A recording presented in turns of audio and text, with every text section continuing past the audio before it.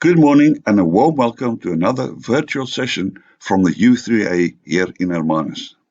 Professor Kobus Pisani is a professor of history. He was attached to the university in Potchefstroom, Northwest University.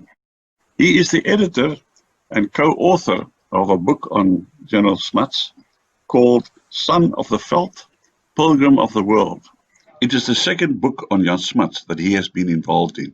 So he knows the subject very well. And I think most of you will remember a fascinating lecture he gave us a few weeks ago about Jan Smuts as a statesman. Today is a very different theme, and we will learn about his interest and amazing knowledge of nature. Kobus, thank you very much for your preparation, and we're really looking forward to your presentation. Thanks, Gert. Morning, everyone. On the slide there, on the left-hand side, you see the logo. It's the 150th anniversary of Jan Smuts' birth in 1870 this year. We've had 3 talks now on Smuts this year at U3A. It was mine, and then you will also remember that Robin Lee gave a talk on Smuts' connection with Hermanus. And now today I focus on something different, Smuts as a nature lover. Jan Christian Smuts was highly regarded as a statesman, and he interacted during his life with the most powerful world leaders of his time, and yet was not in the boardrooms where decisions were taken that had an impact on the history of the world where he was at his happiest. He preferred to call himself a son of the veld. In nature, he experienced peace and harmony. Now in this talk, I'm going to focus on the 2 outstanding aspects of Smuts as a man of nature. Firstly, botany as his favorite hobby with a focus on the grasses of Africa. And secondly, his special relationship with mountains, especially Table Mountain. He was born at Riebeek West, the Bovenplaas section of Ongegint, and later the family moved to Klipfontein. On the slide, you see the photograph of his birthhouse. You can still visit it today, and there's a little museum a few hundred meters from there, just outside Riebeek West. During the formative years of his childhood, he roamed the veld. His first mentor, who taught him the basic things about nature, was Adam, the farmhand. Smuts had 12 years to bond with nature on the farm before he went to formal school for the first time. Those of you that know the Riebeek West area will know that it lies in a valley between 2 mountains. Thus, in his childhood, Smuts had the opportunity to clamber in the surrounding mountains, especially the Riebeek Kasteel Mountain. When he went to Victoria College in Stellenbosch to continue with his secondary and his tertiary studies, he was introduced to botany as an academic discipline for the first time. He enrolled for a course in botany under Professor Rudolf Marleth. You see his picture there on the screen. And that was the start of his solid tuition as a botanist. The professor was a well-known botanist who wrote a standard work on the South African flora. On the right-hand side of the screen, you see the cover of that book. On Saturdays, the students joined him for field work outside the town to observe and collect plant specimens. At Stellenbosch, Smuts won a scholarship to study law in Cambridge, England, where he was a star student. I'm not too sure whether he had much time when he was in England to spend time in the countryside, but what I do know is that he developed a fascination with the poet Walt Whitman, who was a leading 19th century nature poet. Smuts wrote an essay on Whitman, which focused his attention on the relationship between nature, philosophy, and religion. This was the start of Smuts' formulation of his holistic ideas that later culminated in his well-known book Holism and Evolution, which was published in 1926. Some years later, after his return to South Africa, Smuts participated in the Anglo-Boer War. He was promoted to the rank of general and led a Boer commando which invaded the Cape Colony.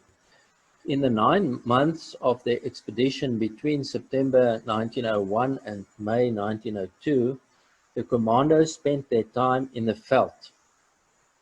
Smuts could put his knowledge of grasses to good use to identify the most palatable grasses for his burghers' horses. However, even experts make mistakes. On September the 30th, 1901, on the summit of the Zuurberge in the Eastern Cape, the commando was attacked by Colonel Graham Gorringer's force. By that time, Smuts's commando was used to combat. The problem was that Gorringer's attack happened just when more than a quarter of Smuts's men were beginning to suffer from extreme stomach cramps. They had eaten the fruit of the Zuurberg breadfruit tree, of which the outer part is edible, but the inner flesh is poisonous. Smuts fell to the ground in pain and had to be helped on his horse. With great difficulty, the Boers escaped. Smuts struggled for a month to overcome the after effects of his mistaken identification of the fruit. In 1909, when Smuts was Minister of Education in Louis Botha's cabinet in the Transvaal colony under responsible government, he bought the farm Doornkloof in Irene outside Pretoria. He bought a prefabricated house which had served as a British officer's mess during the Anglo-Boer War. You see the picture there of what Smuts' house looks like today. He reconstructed that house on his farm, and for the next 41 years to his death in 1950, Doornkloof was home to Smuts. It was his refuge where he could commune with nature. In his younger days, Smuts got acquainted with the Cape flora. Now he was living on the Transvaal Highveld, a completely different floral region of grassland savanna, which he came to love dearly. He said, quote, "Give me the grasses, the rolling veld, the bushveld savanna with bush and trees dotting the endless grass scene in all its variety of shade and tone." End of quote. During the First World War, and when he was Prime Minister for the first time from 1919 to 1924, Smuts did not have much free time to spend on his passion for botany.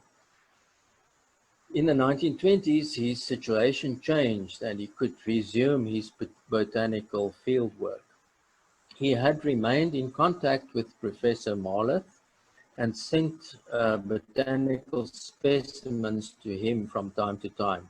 At Doornkloof, Smuts started collaborating closely with Dr. I.B. Paul Evans. You see his picture on the left of the screen. He was a Welsh-born South African botanist who was the chief plant pathologist of the Department of Agriculture and an expert on pasture grasses. Paul Evans was Smuts' neighbor in Irene. They became friends. Paul Evans encouraged Smuts to do field work to collect grasses and other plants. From his side, Smuts supported Paul Evans in his work by enabling him to establish botanical research institutions. Smuts also learned a lot from Dr. Lulu Bolus, a specialist on the Cape flora and in plant taxonomy. She worked at the Bolus Herbarium at the University of Cape Town. She was a founding member of the Botanical Society of South Africa, and Smuts worked with her for many years. She gave him advice on how to identify and classify the specimens he collected, and he sent rare specimens to the Bolus Herbarium.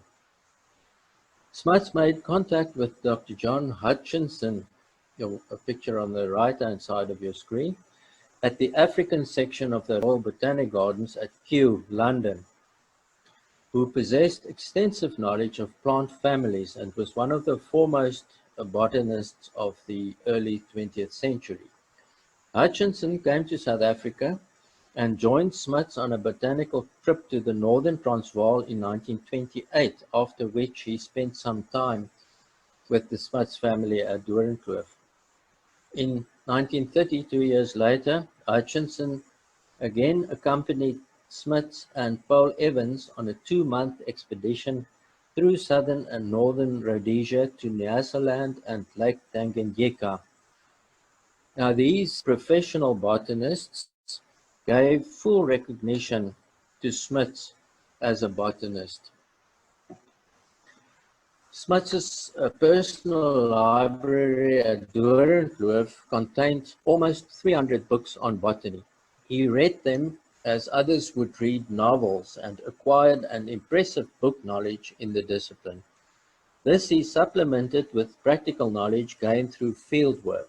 Armed with his magnifying glass and pruning shears, Smuts spent many hours in the veld, collecting specimens and afterwards drying and pressing them.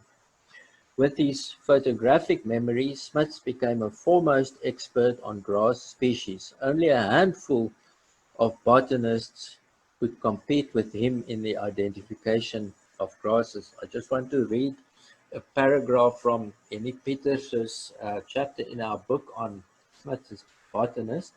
He says here, in 1927, 2 American botanists arrived in South Africa to undertake an expedition to climb Kilimanjaro.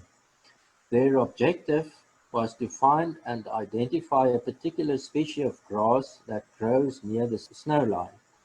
Back in South Africa, they were unable to identify the specimen. Smuts helped them without the use of any literature. His memory provided the answer. On an expedition to East Africa 10 years previously, during the First World War in 1917, he had come across that specific grass, and despite the intervening years, he was able to help the Americans with the correct botanical identification. Peterson also gives a second example from Hancock, the biographer of Smuts. Hancock describes a second example of how Smuts gave assistance to another American botanist. Smuts and the woman from the United States were participants in a botany expedition organized by the Durban University, and she asked the professor to identify a particular grass. The professor was unable to help her and suggested she ask the general over there. Smuts astonished her not only by his prompt identification of the grass, but his vivid exposition of its distribution and ecological background. "How is it," she exclaimed, "that I'm learning all this, not from the professor, but from you, the general?"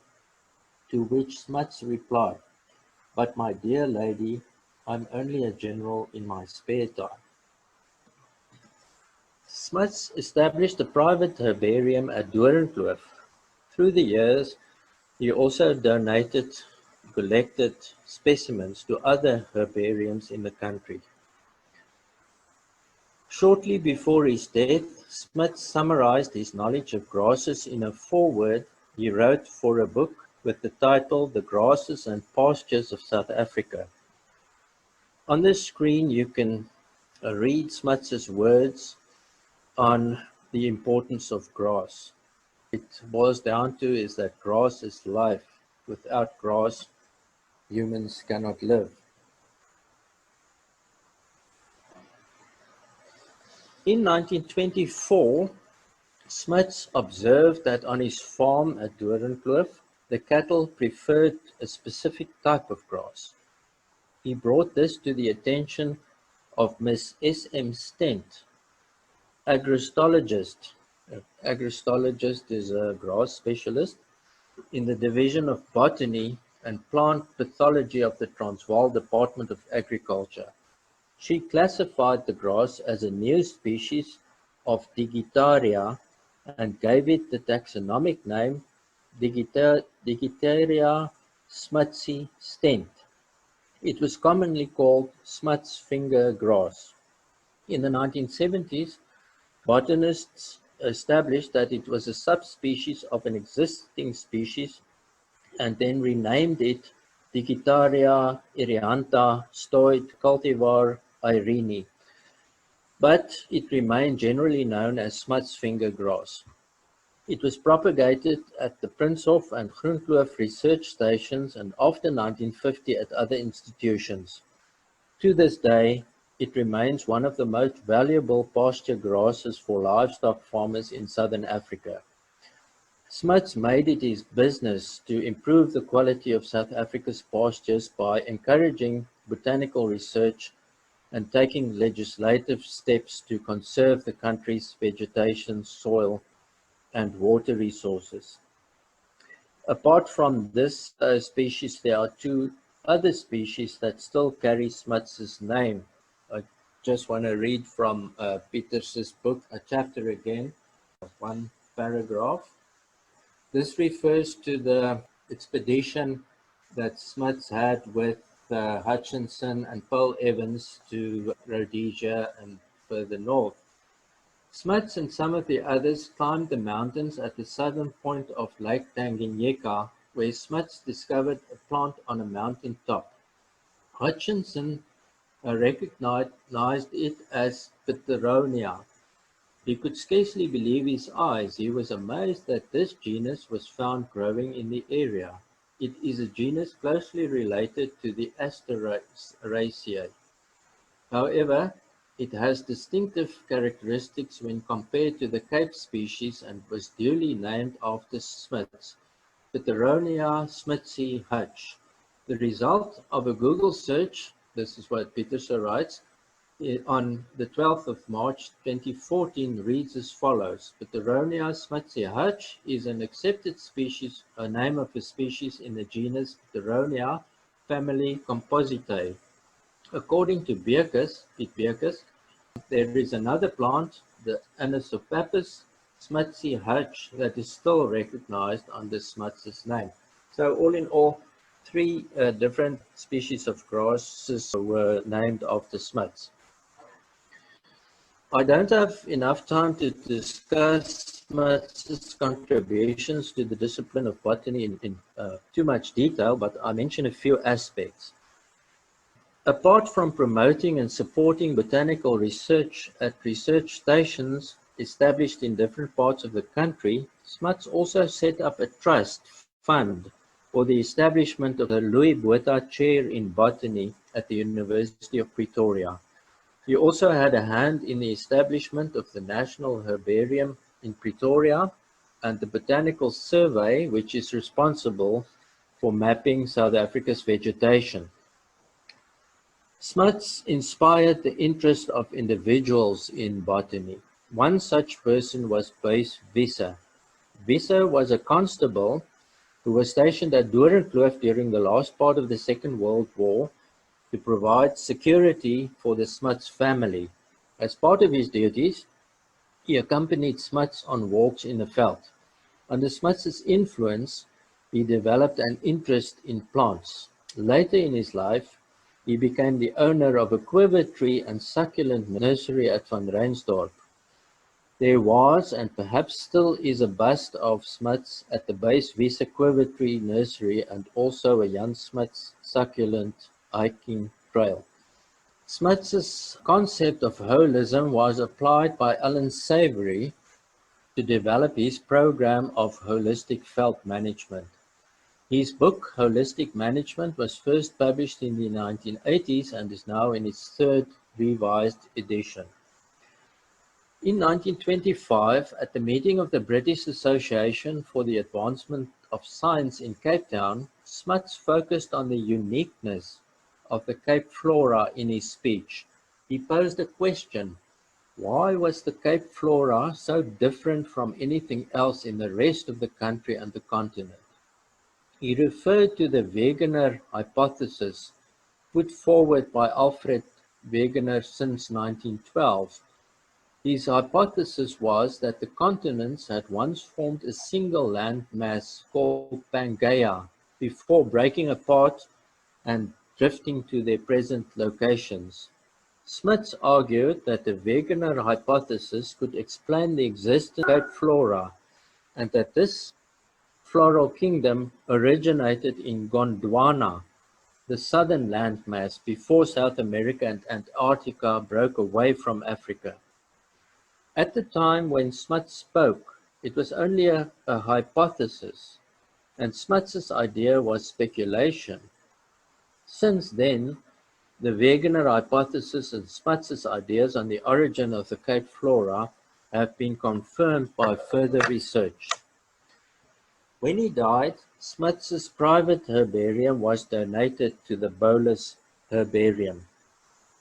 Smuts was actually more than a botanist because he managed to combine ecological, philosophical, and religious ideas in his concept of holism. No wonder that Professor J.F.V. Phillips, chair of botany at Wits University, called him our wisest ecologist. Now to the second part of the talk, dealing with Smuts as man of the mountains. For Smuts, mountains were his refuge and source of inner strength. As a young boy, Jan Smuts had a mystical experience on the Rebbe Castile mountain top, near the farm on which he was born. He later described it as a feeling of complete unity with all nature around him. He experienced his surrounding nature so intimately that it felt like an extension of himself. He experienced at the same time a distinct sense of self. It was this idea of transcendental self that was to form the base of his philosophy of holism. To Smuts, the transcendental self was the tendency of nature to cohere into greater hierarchies of unified wholes. The holistic process would culminate in its fullest expression in the human personality. About this revelation on a mountaintop, Smuts later said, quote, "When I was young, I saw a light, and I have followed that light ever since." End of quote. Smuts had a very special relationship with Table Mountain. During his 35 years in the Union Parliament between 1910 and 1945, when Smuts was between the age of 40 and 75, he climbed Table Mountain almost every weekend when Parliament was in session. Calculations of the number of times that he did that vary between 70 and 300 times. He used the cableway once only, in 1947, during the royal visit when he descended with the King and Queen in the cable car. The Smuts Trail, a relatively challenging route, starts in Kirstenbosch Botanic Gardens. Picture you see Kirstenbosch with that famous mountain behind, and the gorge, which is called Skeleton Gorge. It's a challenging route. It starts in Kirstenbosch Botanic Gardens. A strenuous climb takes one into the Afro-montane forest. Here on the left you see the trees. Steps, which you can also see there, lead up into the shaded forest with foliage of yellow and ironwood trees overhead. 6 ladders lead the climber up and out into the rocky Skeleton Gorge itself, the picture on the right. The gorge is beautiful when the river is flowing and the water plentiful. From the top of Skeleton Gorge, one proceeds to Maclear's Beacon and from there to the upper cable station. The total distance of the trail is about 9 kilometers. It can be done in either direction. With its mountain forests, its panoramic views of the city, and its historic dams, it is a favorite route, but has a steep ascent and a tricky descent which may be challenging to inexperienced hikers. The mountain was Smuts's cathedral, where he left behind the everyday problems and entered into the presence of God. When unveiling the Mountain Club War Memorial at Maclear's Beacon on the summit of Table Mountain on February the 25th, 1923, Smuts said the following. This is quite a lengthy quote. "The mountain is not merely something externally sublime. It has a great spiritual meaning for us. It stands for us as the ladder of life. Nay, more, it is the great ladder of the soul, and in a curious way the source of religion. From it came the law. From it came the gospel in the Sermon on the Mount. We may truly say that the highest religion is the religion of the mountain. When we reach the mountain summits, we leave behind us all the things that weigh heavily down below on our body and our spirit. We leave behind a feeling of weakness and depression. We feel a new freedom, a great exhilaration, an exaltation of the body no less than of the spirit. We feel a great joy. The religion of the mountain is in reality the religion of joy, of the release of the soul from the things that weigh it down and fill it with a sense of weariness, sorrow, and defeat. And when the feeling of lassitude and depression and the sense of defeat advances upon us, we must repel it and maintain an equal and cheerful temper. We must fill our daily lives with the spirit of joy and delight. We must carry this spirit into our daily lives and tasks. We must perform our work not grudgingly and as a burden imposed upon, but in a spirit of cheerfulness, goodwill, and delight in it. The mountains of our lovely land will make a constant appeal to us to live the higher life of joy and freedom. Table Mountain in particular will preach this great gospel to the myriads of toilers in the valley below. That's the end of the quote. What Smuts said on that day was in line with his philosophy of the essential goodness of human life. Despite all the hardship that he observed in his life, for example, during the 3 devastating wars in which he was involved, he never abandoned his positive outlook. On the last slide, I have a few pictures of a mountain in Canada, in the Canadian Rockies. Few people know that Jan Smuts had a mountain named after him. Mount Smuts is located in the Canadian Rockies in Alberta, not too far from Calgary. A number of peaks in the vicinity of Kananaskis Lakes carry the names of admirals and generals who served in the military during the 2 world wars. The mountain peak called Mount Smuts is located between the upper Spray River Valley and Smuts Creek Valley. Its north buttress is named Smuts Pass. The peak stands at 2,940 meters and is one of the most difficult scrambles in the Canadian Rockies.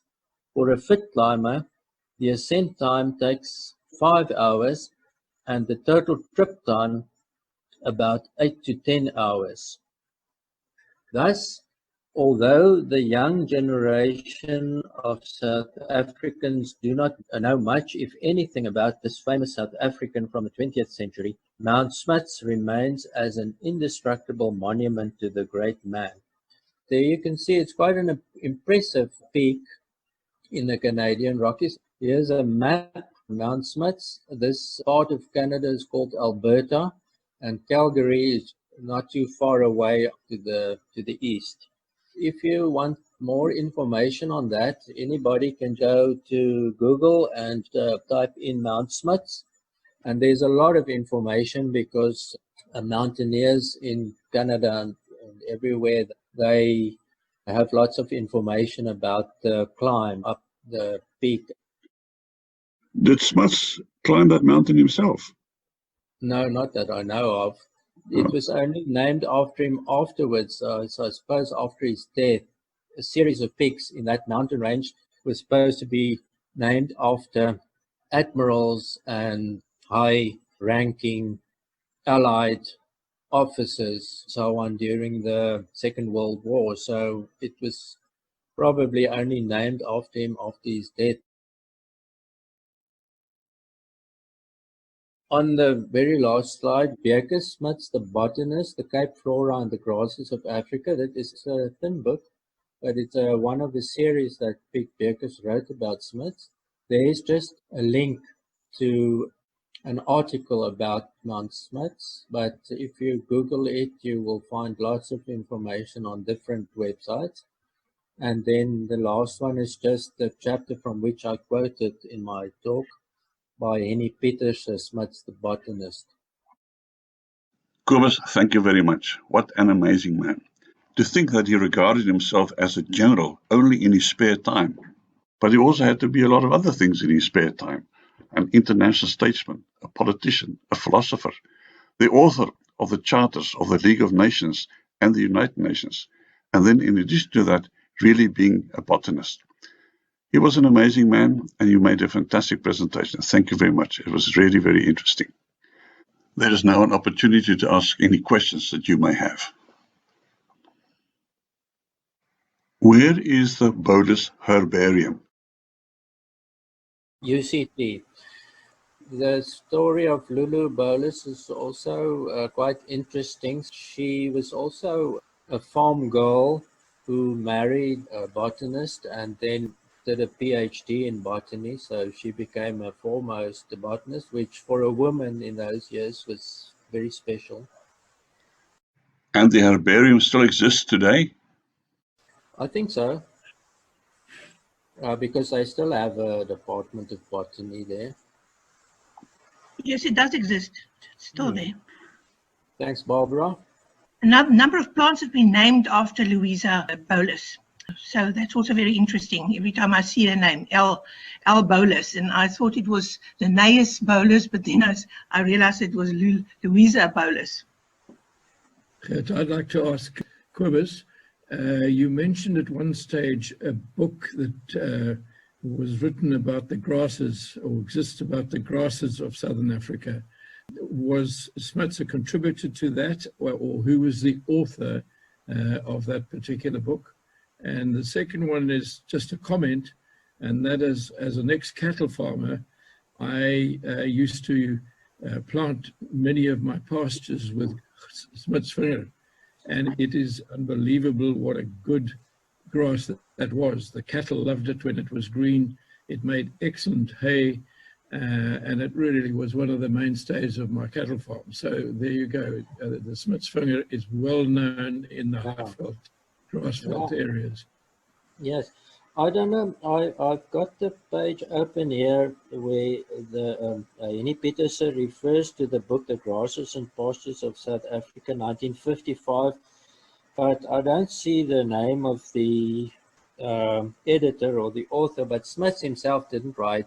He just wrote the foreword for the publication. Okay, thank you. And it was published after his death. You see, it was first published in 1955. So they probably approached him before, when before 1950 to write the preface or the foreword for the book. And then when it got published, it was included, but he didn't write anything, any chapter or nothing in the book. Yeah, I believe it was in fact prescribed as one of the books for the pasture management courses in the degree of agriculture, the BSc degree in agriculture. Yeah. So, I remember seeing it. I wish I could lay my hands on a copy of it. Kobus, you mentioned Jan Smuts' love for Table Mountain. Did he also climb other mountains? Well, I think when he had the opportunity, I didn't see anything recorded about it, but I'm sure he did when he visited elsewhere. Probably would have. He was very fit, you saw the picture on the first slide. When he was an old man, he was still very upright, his posture was very good. He was a fit person. For example, he lived at Doornkloof, which is quite some distance outside Pretoria, and he preferred to stay there rather than at his official residence in Pretoria. And often in the mornings he got up very early and he walked to his office in the Union Building, which is quite a distance. I think it's like 14 kilometers or something. I'm sure when he visited other countries, he would climb the mountains. We in the talk, I mentioned the mountains at Lake Tanganyika, so that's one example, but there should be others as well. Before I close the meeting, anybody else? Yes, from me, thank you very much, Kobus. That was absolutely fascinating. A side of him that we don't think about often enough. Just imagine a man with his international stature during wars and establishment of international associations saying that he's only a general in his spare time. I find that so endearing. It's a lovely thought. Thank you very much indeed for another fascinating chat. Thank you. Thank you, Letitia. And once again, from my side, Kobus, thank you very much and for a very clear presentation with all the slides. It really was fascinating. And thank you for everybody joining this morning. I hope you enjoyed it as much as I did. I'm going to close the meeting now. Goodbye, everybody.